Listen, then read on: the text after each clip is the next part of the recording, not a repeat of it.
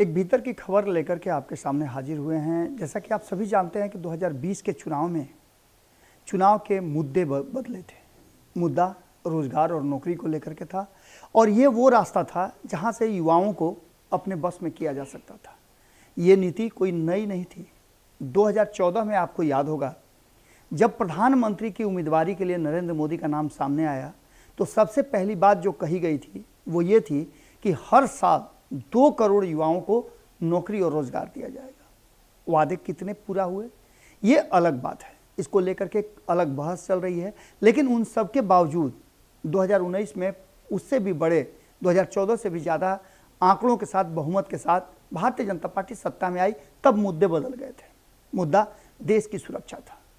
लेकिन सबसे बड़ी बात है कि इस देश में क्या लोगों को रोजगार और नौकरी लेने का अधिकार नहीं है? यह आपका मौलिक अधिकार है और इस अधिकार को लेकर के चर्चाएं खूब होती हैं। सत्ता और विपक्ष के बीच में टकराव भी होते हैं। कभी अग्निवीर की बात आती है तो कभी पलायन की बात आती है और इन सब को कहीं ना कहीं युवा पीढ़ी देख रही है। युवा पीढ़ी जो एक अदना सा रोजगार चाहती है, इस देश के विकास में वो अपना भागीदारी निभाना चाहती है, लेकिन देश के पास या तो इंफ्रास्ट्रक्चर नहीं है या फिर सरकारें ये सोचती हैं कि अगर इन्हें बेरोजगार रखा जाएगा तो वो उनके काम आएंगे। इन सारी बातों को लेकर के अब चर्चा का विषय बदल गया है और इसके बदलने के पीछे अगर किसी को सबसे ज़्यादा महत्व दिया जाए या अगहर माना जाए तो वो तेजस्वी यादव है।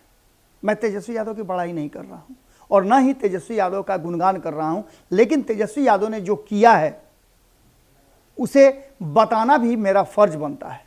तेजस्वी यादव ने पहली बार सारे रिकॉर्ड को ध्वस्त करते हुए, पिछले 32 सालों के रिकॉर्ड को ध्वस्त करते हुए, जिसमें उनके पिता लालू प्रसाद, उनकी मां राबड़ी देवी, नीतीश कुमार और इसके बीच में कुछ समय के लिए जीतन राम मांझी भी बिहार की गद्दी पर बैठे हैं।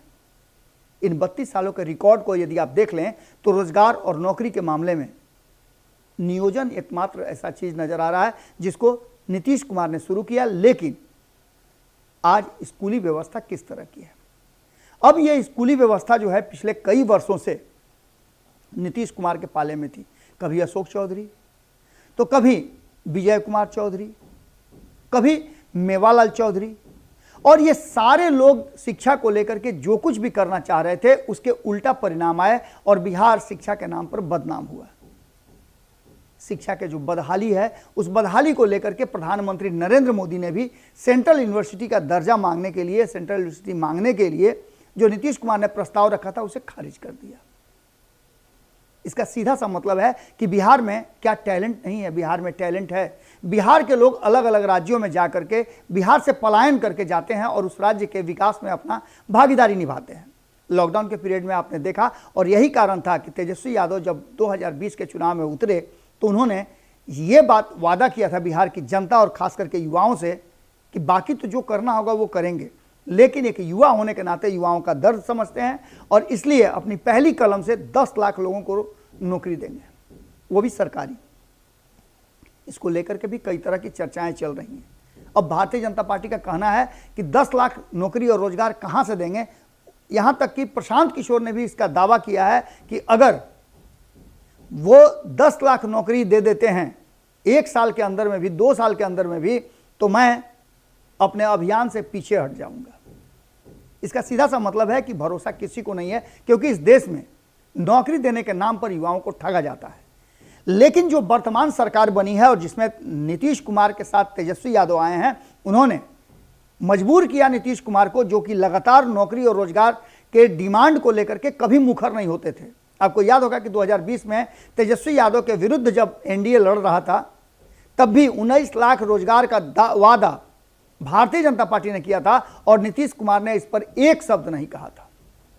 लेकिन तेजस्वी यादव के साथ आते ही और जैसे ही तेजस्वी यादव से ये सवाल मीडिया ने पूछा कि आपने वादा किया था कि आप गद्दी पर आएंगे तो 10 लाख नौकरी देंगे, उसका क्या है, कैसे देंगे? तेजस्वी यादव ने कहा कि अभी हम उप मुख्यमंत्री हैं, इसलिए हम प्रयास कर सकते हैं।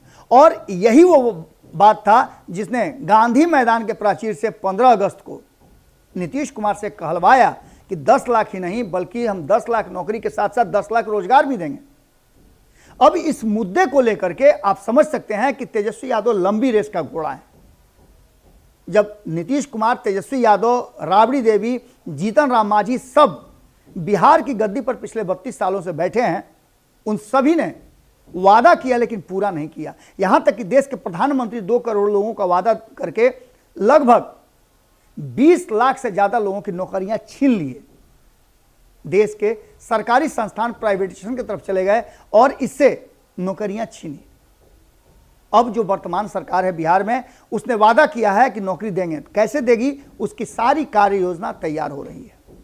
आपको बता दें कि शिक्षा विभाग के जो मंत्री बने हैं डॉक्टर चंद्रशेखर, उन्होंने स्पष्ट तरीके से कहा है कि उनके विभाग में जो रिक्तियां हैं वो पूरी तरह से आइडेंटिफाई करके उसे निकाल करके लगभग 3.5 से 4 लाख के आसपास है, उसे वो जल्दी ही पूरा करेंगे।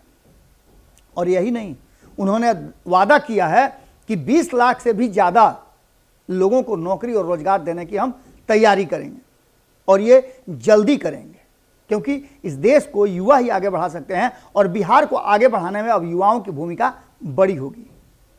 जितना दावा और जितना वादा उन्होंने किया है, इस वादे और दावे के पीछे कहीं ना कहीं तेजस्वी यादव का वो फरमान है जिसमें तेजस्वी यादव ने स्पष्ट कर दिया है कि उनकी सरकार कैसे चलेगी और उनके मंत्रियों को किस तरह का आचरण करना है, क्या काम करना पड़ेगा, इसका भी उन्होंने पूरा लिखित में निर्देश जारी कर दिया है।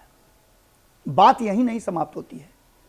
इसराइल मंसूरी जो कि IT विभाग के मंत्री बने हैं, सूचना प्रौद्योगिकी की है, उन्होंने सबसे पहली मीटिंग जो की, उस मीटिंग में उन्होंने कई ऐसी बातें रखी। उन्होंने कहा कि युवाओं को हम स्किल्ड करेंगे, उन्हें ट्रेनिंग देंगे और यही नहीं, IT और BPO का हब बिहार में लेकर के आएंगे, जिससे कि बिहार के युवा का जो टैलेंट है, जो अलग अलग राज्यों में जाकर के उस राज्य के विकास में हाथ बटा रहे हैं, सहयोग कर रहे हैं, वो बिहार के विकास में हाथ बटाएं। इसराइल मंसूरी ने पहले ही कलम से जिस तरह से वादा किया था तेजस्वी यादव ने, उन्होंने युवाओं के भीतर एक आस जगा दिया है और इस पर वो काम भी करना शुरू कर दिए हैं। हमारी बातचीत हुई, लेकिन हमने आपको पहले ही बताया था कि वो स्थिति नहीं थी जिस स्थिति में वो पटना से अपने घर जा रहे थे मुजफ्फरपुर। उस बीच में उनके घर में कुछ ऐसा घटना घट गई थी, लेकिन उन्होंने इतना जरूर बताया कि वो आगे बिहार के युवाओं के लिए बहुत सारी योजनाएं लेकर के आ रहे हैं। बात यही नहीं है, सुरेंद्र राम जो कि बिहार सरकार में श्रम मंत्री बनाए गए हैं, कभी खुद श्रम किया करते थे, उन्होंने पहले ही बार जब पदभार ग्रहण किया तो स्पष्ट तरीके से कहा कि मेरा सबसे पहला काम होगा बिहार से पलायन को जितना अधिक कम कर सकता हूं करने के लिए, क्योंकि मुझे पता है कि मजदूरों का दर्द क्या होता है। एक मजदूर को तेजस्वी यादव ने श्रम मंत्री बना करके बहुत बड़ा, कहा जाए तो, उपकार किया है और मैं उस दर्द को समझते हुए पलायन के दंश से बिहार को निजात दिलाऊंगा। इन सारी चीजों को देख करके समीर कुमार महासेठ जो कि तेजस्वी यादव खेमे से ही हैं, और जितनी बातें मैं कर रहा हूं, जितने लोगों का नाम मैं ले रहा हूं, वो तेजस्वी खेमे से हैं और आगे बढ़ करके वो काम करने की तैयारी के में लगे हुए हैं। समीर कुमार महासेठ उद्योग मंत्री बने हैं और उन्होंने स्टार्ट करते हुए जैसे ही उन्होंने पदभार ग्रहण किया, उन्होंने साफ तरीके से कहा कि वो बिहार में उद्योग का जाल बिछाने के लिए जो भी किया जा सकता है वो करेंगे। नीतियों को बदलना होगा, नीति बदलेंगे, नियमों को बदलना होगा, नियम बदलेंगे, और अगर निवेशक आना चाहते हैं तो उनकी सुविधाओं का भी हम ध्यान रखेंगे। इसका सीधा सा मतलब है कि एक नए दौर की राजनीति शुरू करने के लिए तेजस्वी यादव ने पहल कर दिया है और ये कहीं ना कहीं परेशान भारतीय जनता पार्टी को भी करेगा, क्योंकि तेजस्वी यादव ने सिर्फ वादा नहीं, एक्ट भी करना शुरू कर दिया है और इस एक्शन को देख करके ऐसा लगता है कि बिहार में बहुत कुछ बदलाव होगा। आप जानते हैं कि भारत लाइव हमेशा से सरकार की नाकामियों और सरकार की खूबियों को बताने के लिए जाना जाता है। तेजस्वी यादव के टीम ने जिस तरह से अपने वादे किए हैं उसका सबसे पहले हमने आपको बताया। यदि इसमें कमी होगी या काम करने में वो असफल होंगे, वादा सिर्फ वादा रह जाएगा, तो हम ही हैं जो आपके सामने उन लोगों के पोल भी खोलेंगे लेकिन आज जो वर्तमान स्थिति है उसमें पॉजिटिव राजनीति देखने को मिल रही है। और तेजस्वी यादव की ये पॉजिटिव राजनीति, अगर जिस तरह से उन्होंने वादा किया है, उनके मंत्रियों ने वादा किया है और दावा कर रहे हैं, अगर हो जाता है तो बिहार का मुस्तकबिल बदलेगा और ये बदलाव एक युवा कर सकता है, इस बात के भी हमें भरोसा है। हम तेजस्वी यादव से आग्रह करेंगे कि वो अपनी टीम को जिस तरह से लीड कर रहे हैं, बिहार को भी बदलने का जो काम है उसको शुरुआत करें और बिहार के युवाओं को नौकरी और रोजगार दें। काफ़ी टैलेंटेड है। अगली खबर में फिर आपसे मुलाकात करते हैं। बहुत बहुत धन्यवाद। अरुआ बिहार के राजनीति और बिहारियत से सरोकार रखेनी तो सब्सक्राइब बटन दबा के चैनल के सब्सक्राइब कर ली। ओजे एगो घंटी बा, ओकरा बटन दबा देला से कुल सटीक और मारक खबर रुआ मुफ्त में मिल जाई। अगर रुआ पत्रकारिता के हमनी के नया प्रयोग में सहयोग कर चाहतानी तो ज्वाइन बटन दबा दी। पेटीएम नंबर नोट कर ली 9386816700। धन्यवाद।